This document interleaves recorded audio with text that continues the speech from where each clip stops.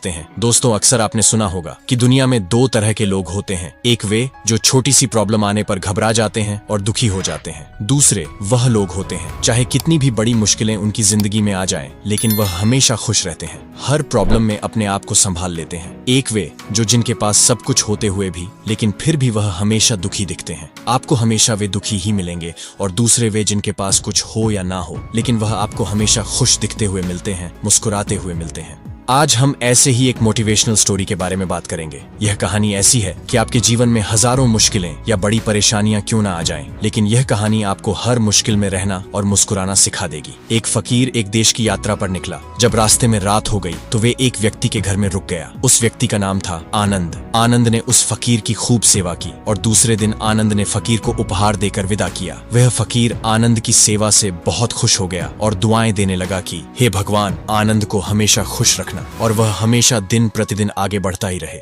इस बात पर आनंद हंसने लगा और फकीर से आनंद बोला, हे फकीर, जो है वह भी अब नहीं रहने वाला। इस बात पर फकीर आनंद की तरफ देखता ही रहा और वहां से आगे चला गया। कुछ साल बाद फिर फकीर आनंद के घर आया और देखा सारा धन और सारी संपत्ति सब कुछ चला गया है। आनंद एक गांव के ही बड़े जमींदार के यहाँ नौकरी कर रहा है। वह फकीर आनंद से मिलने के लिए वहां चला गया। आनंद ने उस अभाव में ही उस फकीर का स्वागत किया और झोपड़ी में ही फटी चटाई पर ही बैठाया। उसके पास खाने के लिए जो रूखी सूखी रोटी थी वह खाने के लिए फकीर को दे दिया। जब फकीर वहां से जाने लगा तो उसके आंख में आंसू था और फकीर कहने लगा, हे भगवान, तुमने यह क्या किया?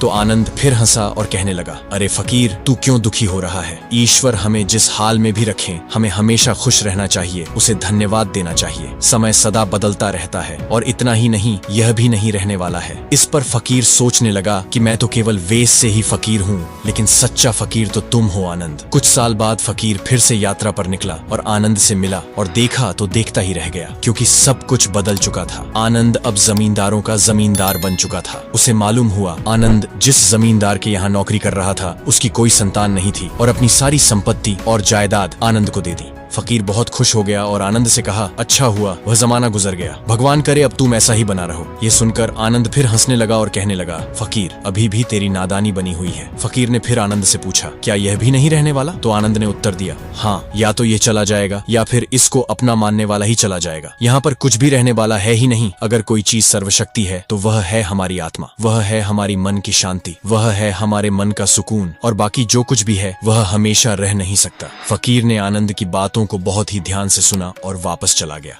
जो होता है उसे स्वीकार करो। कुछ सालों के बाद फिर फकीर जब उस गांव से गुजरा तो आनंद का महल तो है, लेकिन उसमें आनंद ही नहीं है। उसमें कबूतर गुटुरगु कर रहे हैं। आनंद अब इस दुनिया में नहीं रहा, उसकी मृत्यु हो चुकी थी। वह फकीर मन ही मन सोचने लगा कि यह एक इंसान जिंदगी भर कितना दौड़ता रहता है और रोता रहता है, दुखी होता रहता है। जिन चीजों के लिए इंसान तड़पता रहता है, दुखी होता रहता है, वास्तव में वह चीज जो हमेशा रहने वाली है ही नहीं, वे सारी चीजें बदलने वाली हैं। यह कहानी यह शिक्षा देती है कि हमारे जिंदगी में जब भी कोई मुश्किल, तकलीफ या दुख आए तो हमें यह सोचना चाहिए कि जिंदगी में इससे पहले मुश्किलें या उलझने आई तो क्या वे हमेशा रुकी रहीं? जैसे सारी मुश्किलें आकर चली गई वैसे ही यह भी मुश्किल चली जाएगी। ये भी हमेशा रहने वाली नहीं है। तो आप हमेशा याद रखिए कि जिंदगी में कितना भी बड़ा दुख क्यों ना हो, वह हमेशा रहने वाली नहीं है। ये दुख भी चले जाएंगे, ये वक्त भी बीत जाएगा। तो दोस्तों, ये मोटिवेशनल स्टोरी आपको कैसी लगी कमेंट करके जरूर बताना। मुझे उम्मीद है कि आपको आज का यह स्टोरी बहुत पसंद आया होगा। यदि पसंद आया हो तो कृपया आप इस कहानी को सबके साथ में शेयर जरूर करें और ऐसे ही मोटिवेशनल स्टोरी वीडियो देखने के लिए हमारे इस YouTube चैनल को सब्सक्राइब कर दीजिए। धन्यवाद।